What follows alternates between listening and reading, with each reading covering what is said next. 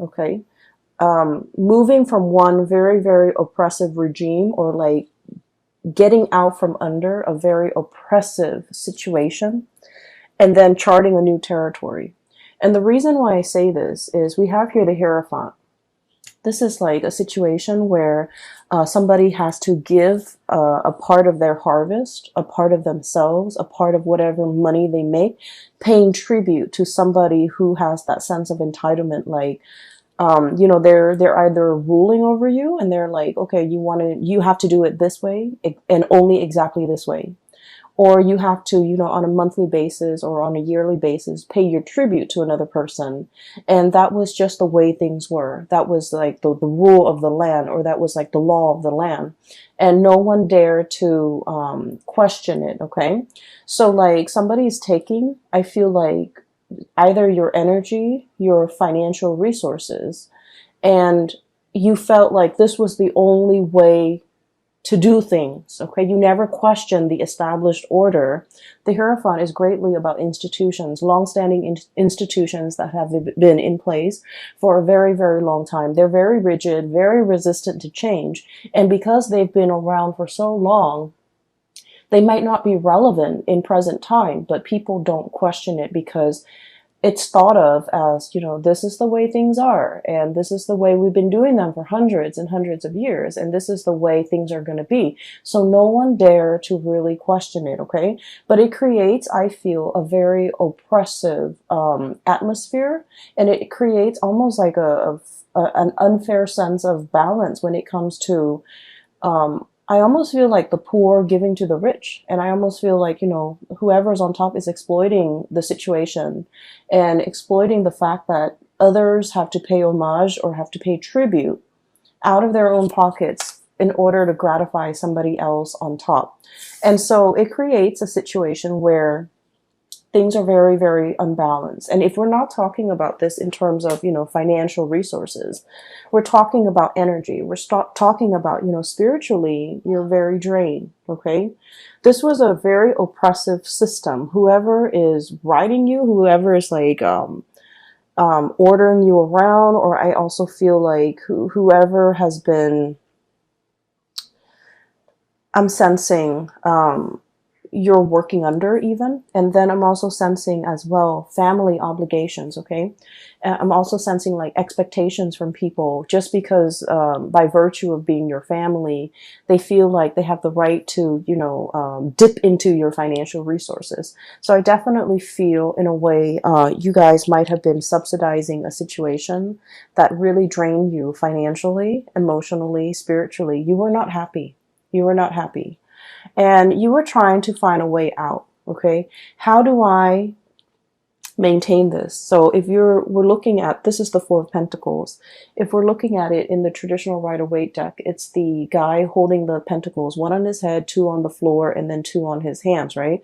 He's grasping and trying to protect everything that is his. And he's looking at this mountain and he's like, I want to get on top of that mountain, but at the same time, I want to carry all of these resources with me. I want to carry all of these things that matter to me with me. How do I do that without, you know, how do I successfully do that? Because if you look at all that overgrowth, right, and if you're trekking through the forest trying to get to the mountaintop, you're going to need your hands and your feet to be free so that you can pull yourself up if you happen to fall, so that you can grasp at branches and trees to kind of like help you hoist yourself up to the top of the mountain. And you're not able to do that because you're holding on to earthly things. And I feel like this is a situation you've been pondering for quite some time. You know, I want to get on top of the mountain, and what is really holding me back? What is really preventing me from making that move? What is really, you know, stopping me from taking that first step? So you've been thinking about this for a long while, trying to trek to the mountain, but you're not really making any strides. And I feel like what's preventing you, or what's really hindering your path, was this. This is the Nine of Swords, okay? This is sleepless nights. Getting nightmares, overthinking, overanalyzing situations. But I also think of this card as like constantly thinking about worst case scenario, dwelling on the negatives, and the negative thought patterns. A lot of the times they turn into self-fulfilling prophecy. Okay, so it's sort of like you're in your head thinking about, how do I successfully get on top of that mountain? And rather than thinking about and focusing on logically, step one, I need to do this. Step two, I need to do that. And step three, I need to, formulate some type of plan. And I feel like for many of you, this process, this is like a lot of thoughts, okay? Each sword stands for like a mental thought. And I feel like for many of you, you've been mired in this situation where your demons are getting the best of you. You're thinking about problems rather than separating. Each problem exists in its own little bubble. But rather than them thinking, some of these problems are outside of my control, some of them are not, and the ones that are not outside of my control, I really should focus on that. I feel like you're conflating, or you're mixing all these problems together, and they become this really embedded, right? This sense of embeddedness, all stuck together, all causing you a lot of anxiety, all seem very, very daunting. It's like, how do I get to the top of the mountain when I'm only at the base? And so as soon as you feel inspired, you're like, I'm going to do it today. Something happens to hold you back. And a lot of it is these, self-limiting thoughts and beliefs and thought patterns. And I feel like you are making mountains out of molehills. You're making a situation a lot more daunting than it has to be, mainly because you're not looking at problems in isolation. And what I mean by that is, let's say, first of all, you have a big plan that you want to get off the ground, right? The first thing that people logically that we should do is think about how much overhead costs, or how much costs, is associated with this. So that means you might need to do some preliminary research to figure out what your budget is and how much this project is going to cost. Okay. And then you're going to go out and kind of crowdsource, brainstorm from other people and figure out, hearing from experts or getting advice, to get a price range of how much this is going to cost, who I should talk to get this off the ground. So each of those steps need to exist in isolation. And I feel like you're jumping the gun. You want to get to the top, but you're not thinking about each of the steps that are necessary in order to get there. So I feel for some of you, there's a situation here that it seems like it's running ahead of you, and it's like the longer you wait, the further and further and further away it is from you. It's almost like you're losing your grasp. You can't really get it back. You can't really draw it back into your orbit because it's distancing itself. Okay. So I also feel like for some of you, this is a person, okay, who might be distancing themselves. And I also feel like there's a lot of guilt associated with the relationship between you and this person. For some of you, it could be a family relationship. For others, it could be like a love type of a relationship. And I feel like it's escaping your grasp. And I also feel there's a lot of guilt associated with it. Like, I should have done things differently. I should have told them how I felt. I should have, I should have given them the time of day, or I should have, done things just differently. I should have invested more time, more emotions into that. I should have let them know how I feel. I should have been upfront and honest with them. And I feel like, they're escaping your orbit.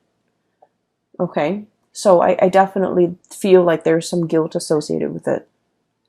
Going back to your main storyline, what I do sense here is there is a huge, this is like impetus, this is drive, ambition. Okay, we have here the King of Wands, and this usually indicates somebody who's like in charge of their domain.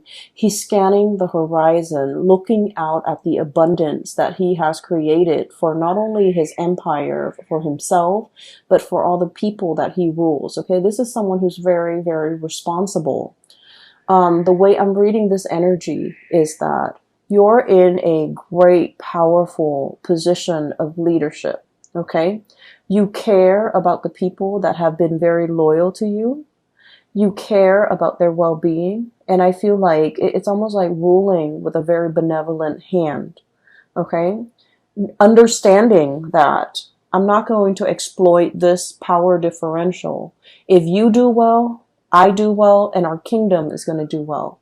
So understanding that even if others pay tribute to you, you can't exploit that relationship. You can't exploit the power differential to keep them oppressed. You have to kind of like take care of the people that are under you. And I feel like many of you, you're coming into a profound sense of, it's like understanding how power needs to be controlled. There was a situation here where someone in a position of power was very tyrannical, controlling, and exploited that power of position. And we're shifting away from that into a new way of doing, like a paradigm shift, where someone in a position of power is very benevolent, okay? They can be hard if they want to, because the King of Wands is very much authoritative, okay? But this person is also very paternal. They take care of people. They're very loyal to their subjects. And because of that, they garner a lot of respect and trust from their subjects. They're seen as someone who is not afraid to get their hands dirty if push comes to shove. And they're seen as someone who, you know, is constantly very vigilant, sees all, resolves problems, and really, really care about the well-being of other people. So I feel like you're understanding how power is to be used rather than abused. You're understanding as well that, you know, taking care of the people that matter to you, or the people that have been very, very loyal to you, treasuring, valuing, and being available to those people means a lot more to you now. And what's on top of this card here is the Six of Pentacles. And the Six of Pentacles this is a major, major card about karma, okay? This is a situation where the poor is paying tribute to the rich to the point where they're financially, emotionally depleted, okay? Giving to a situation where you're no longer taking care of yourself. You're just going to work. You're just getting through life in order to have the resources to pay that tribute. And now we're coming into this sense of like total rebalancing of karma, the karmic scale. Things being done the right way, okay? This is like giving back to the community, giving back to others, giving to others who are less fortunate. And this is also, it comes with a paradigm shift where we're understanding the importance and the necessity of, you know, being a benevolent ruler. You can still rule with an iron fist, but you can still be loving and warm and gentle and benevolent. And you can also, you know, give back to the people, especially that really need it. For many of you, I'm seeing major career changes here. Some of you might be in that corporate environment and you're just like, no, this is too taxing, too stale. I'm already at the top and I don't like the vibe. I don't like the atmosphere. I don't like the environment where it's like a social, you know, like the climbing that corporate ladder, getting yourself to the top. And once you've made it to the top and you have this bird's eye view and you're just like, this is not really jiving with me. This is not where I want to be. And this is not something that I want to do long term. And so I'm seeing a major career path, a major shift where you are possibly working more at the grassroots level and thinking about what you need to do long term and what you need to kind of, what you need ultimately to be happy. And so I'm seeing some of you thinking about major change in your career, a major shift of focus when it comes to like, how do you yield power, how a good leader is supposed to rule, how to be a good supervisor, how to be a good leader, how to, you know, inspire others rather than like oppress others. Okay. So this is really cool.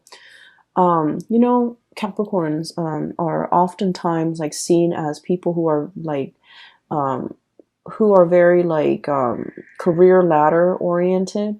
and they're seen as people who will throw other people under the bus. And I've heard this, okay, and this is not something that I believe about you guys, Capricorn, but I feel like in the spirit of, ambition, like in the pursuit for power and wealth and prestige, we're all capable of throwing another under the bus in order to get what we want. And I feel like, being that goat on the crevices of mountains, and you never falter. You jump from one small crevice to the next, and you always land on your feet, and you know how to do it well. You know how to do it very, very stealthily and very, successfully. But I feel like once you get to the top of the mountain, you're just like, oh, that's it, I'm already here, and you're looking for the next mountain to conquer. And I feel like there needs to be a little bit of a paradigm shift regarding, what is the ultimate end goal? Is it just to prove to myself that I can conquer mountain after mountain? Or is it, or should there be more of a humanitarian slant to the work that I'm doing, trying to help others, trying to, once you're on top of that mountain, I feel like you're in the best position to tell other people what the view from that mountain looks like, okay? And you're able to tell others, I've been there, and here's what I learned. And here is how you can, get there, because I've been there. And here are the things that you should avoid. And I know this because I'm speaking from personal experience. So I feel like you have a wealth of experience and knowledge because you have already been there and done that. But for some reason in the past, you might not have shared this technique with other people. So we're moving into this month where you are becoming a lot more generous, where you are sharing your hard-earned lessons. You're sharing it with other people to save them from having to do the legwork, to save them from having to reinvent the wheel. And I feel like in the past you might have shared it, but in a very Capricornian, like a man of few words type of way. You should do it like this. But I feel like you have to soften that approach a little bit and tell others, hey, I'm telling you to do this because I've done it, okay? I've been there. I've done everything that you have done, and it didn't really work out, and here are the reasons why. And I've done it this other way, and it worked out in half the time. And so framing it like that to allow others to understand that you're not just speaking from, you're not just talking to talk. You're talking with skills and expertise and years of experience backing up everything that you say. And I feel like that's going to save somebody, a lot of legwork. They don't have to reinvent the wheels. They can work off of what you're working off of, okay? I do feel for many of you, there is a situation here in your life, a very long-standing relationship that might have gone a little bit sour, okay? And we have a situation here where there was a vow, there was a promise, okay? And the promise was kind of like to death do us part. Okay, the promise was for partnership longevity. For some of you, this could be somebody that you have known for a really long time. They know your family. You've took them around to introduce them to your family. They've taken you around to introduce you to their family, vice versa. This is a partnership where two people might have known each other since childhood. There is a tremendous degree of like trust. Okay, you know this person inside and out, and you trust this person wholeheartedly. They likewise know you inside and out. And then I also feel like there's a immense sense of like trust, love, respect, and the whole nine yards, like that whole ball of it's like all the reasons that you have for caring about this person, for trusting them. Everything is so like embedded, okay? Like the shared experience, the shared ambition, the shared dreams. Like the two of you feel almost as if you have been through so much together. There might have been a recent breach in trust. There might have been a situation where I feel, Capricorn, somebody is either living with a lot of guilt. It could be you, it could be them, over something that was done, okay? And I feel like it's sort of like, there are so many reasons why the other person trusts you and you trust the other person. But at the same time, one unexpected move, one action that is done out of character can really make you or the other person distrust the future, the viability, and the continuity of this friendship, this business relationship, or this relationship. So I feel almost like there was something that was done in poor taste, in poor judgment, and it left like a bitter taste in somebody's mouth, okay? And things can never go back to the way they were. It's like everything that was said was said. You can't take back words. It's like, you know, the water from the chalice, from the cups have been spilled. And the other person might be the one walking away, and they're just like, I don't want to fix it. You know, it's already spilled. I'm not going to go downstream 2 miles away to refill those cups. I'm not going to trek up the mountain to the clearest spring to fill up those goblets, okay? So I feel like there was a situation where it can be fixed, but somebody, you or the other person, is like, I wash my hands of this. I'm not putting any more time in it, and I feel like it's leaving the other party very, very, very sad, very upset. And it's also this sense of overwhelming acceptance, okay? Like, oh, it could be fixed. They just didn't want to. And I feel like that says a lot, okay? But I feel in the wake of this, people leaving so new adventures can await for you, so that new boats, new ships, new people can be coming into the picture. And so while this has happened, and it's not something that you want to happen because you guys are very, very, I almost feel like you're scorpionic in the way that you value relationships, especially relationships with people that you have known your whole life, okay? You are a clinger as well to friends, lovers, past relationships where you really, really know the other person, okay? That sense of like being comfortable with the familiar, okay? I feel like a lot of people are in general, but I feel like it's more so with Scorpios. I feel like Scorpios, Leo, Cancers. And then I'm seeing that here with you guys. And what that denotes to me is out with the old, in with the new. And I feel like I feel like there's a situation here where you kind of have to reassess. You know, just because it's familiar doesn't mean it's best for me, okay? Because there are whole lands to conquer. There are whole territories and new areas that I can, you know, explore. And so wanting to, I feel like, lay the past to rest and just starting your life over, I feel like that's going to be tremendously, it's going to bring a lot more prosperity for you.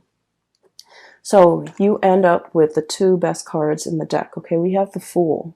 And the Fool, this is the imagery that came up earlier. And it basically denotes, you know, no longer being tied to something, no longer being bound in a situation that's not good for us, and embarking on a new journey towards something new. And I feel for many of you, I'm seeing that white marbled mansion, and the marionette or the scarecrow is walking away from it. So I feel like there was a situation where it was comfortable, it was cushy, it might have even been safe, you know, a marbled house.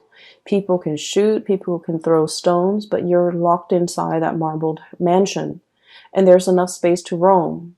But the marble mansion can also be like an imagery of like that ivory tower, somebody who like learns things in a very intellectual way, but they were never given an opportunity to really put theory into practice. And I feel like you're finally breaking free from that ivory tower or that ivory marble mansion. You're no longer living in that sense of like comfort and familiarity. You are exploring, branching out, putting out fires. I feel, you know, there's that volcano in the background. So it denotes to me like being in a situation where you are putting out fires. You're onto more exciting things, and you're taking everything that you have learned from the past And I feel you're in a position where you're teaching people. You're telling people, here's what I did. It happened to me once. Here's what I did and how I got out of it. And I also feel drawing from past experiences, rewarding those who have been very, very loyal to you, and being available for people that are available to you, that make time for you, that have been really good to you. And then I'm sensing as well, I'm getting a lot of ancestral karma coming through, okay? And I feel like, spiritual guidance, especially from grandparents that have passed on, I feel like there might have been a situation here where it's almost like being in a house, like being in an environment where, your grandparents lived in this small town, right? And this is just an example, but I'm feeling it very strongly. Grandparents lived in this small town, gave birth to mom and dad. Mom and dad met and also stayed in that small town. You were born, you also stayed in that small town, and then you start to sense this, you feel this overwhelming sense of like, there isn't enough here for me. I'm a big fish in a small sea. I need to develop to the best of my capabilities, and there isn't enough here for me. And then I'm also sensing as well, if you're in that situation, you're in a very good place because now you have new energy, exploration, okay? Doing something different, not knowing the destination, but knowing that I'm leaving the past behind because it's not enough for me, okay? And then I'm also sensing for some of you, being in a situation where you've had to help out parents, okay? It's almost like ancestral karma, right? And here's what I'm sensing. Oh, Capricorns. So here's what I'm sensing. It's like mom and dad might not have made the best choices. We all make choices based on what we're given, based on our environment, based on our education level, based on our own sense of awareness. So this is not to knock the decisions other people make. But I also feel like, they might have been in a situation where it was survival. Okay. So they did the minimum, the bare, like taking care of the bare necessities. And so growing up, you felt like you lacked that guidance. You lacked that mentorship. You lacked that, you lacked somebody holding your hand and telling you, hey, don't do that. You should do this instead, because this is going to get you where you need to be.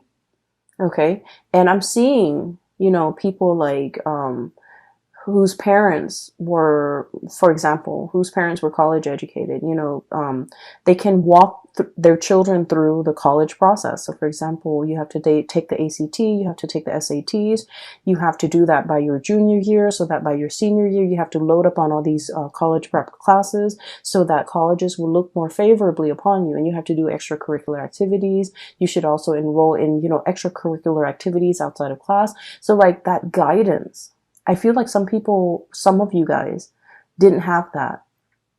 And by the sweat of your brows, the calluses on your fingers, you've had to go about it on your own. You didn't have the guidance. You didn't have the hand holding.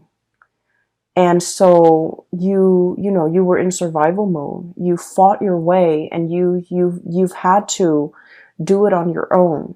And I feel like along the way, it's made you really strong, but I feel it might have made you a little bit callous, okay?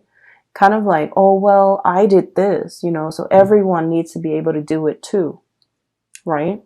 And so I'm sensing here, there's a sense of like a paradigm shift, okay? The people that have the privilege, either through parents, through proper guidance, or through the sweat of their brows, whoever makes it up first to the top of the mountain is obligated, no matter how they got there. Whoever makes it there first is obligated to give advice, give guidance to others. Here's how you do it, and here's what I did, and here's what I did that worked, here's what I did that failed, okay? So I feel like it doesn't matter how you got there. Whoever gets there first needs to kind of like pay it forward by giving other people, you know, like the lay of the land, pretty much telling people what they should do. So I'm sensing here a big spiritual karmic energy. It could be ancestral karma that needs to be broken. It could also be, you know, a paradigm shift where we're not doing what we did before. We're opting for a new path, a new way of doing. Because what we did before, it worked for us, but it also made us a little bit calloused. And we don't want that, okay? And then I'm also sensing we have this tremendous sense of like breath of fresh air, you know. His hair is blowing in the wind. He's a leader. There's a whole caravan of people following his lead because they trust him. And so you're thrust in this position where you're going to be exalted.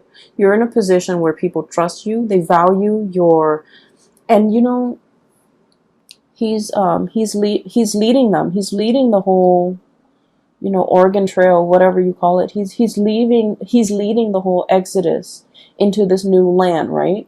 But look at the way he's dressed. He's not like a king. He's not a ruler. He's not a tyrant. He's not like an emperor. He's dressed like the regular lay person. And there's a sense of humility associated with it, okay? It's like being one with the people in order for them to accept you. And, you know, this is not about proving anything to anybody. This is just like living a very, very humble life, knowing your roots, knowing where you come from, knowing the struggles of other people so that you can adequately lead them in the right direction. So I feel like there's a shepherd energy about you guys for this month of October.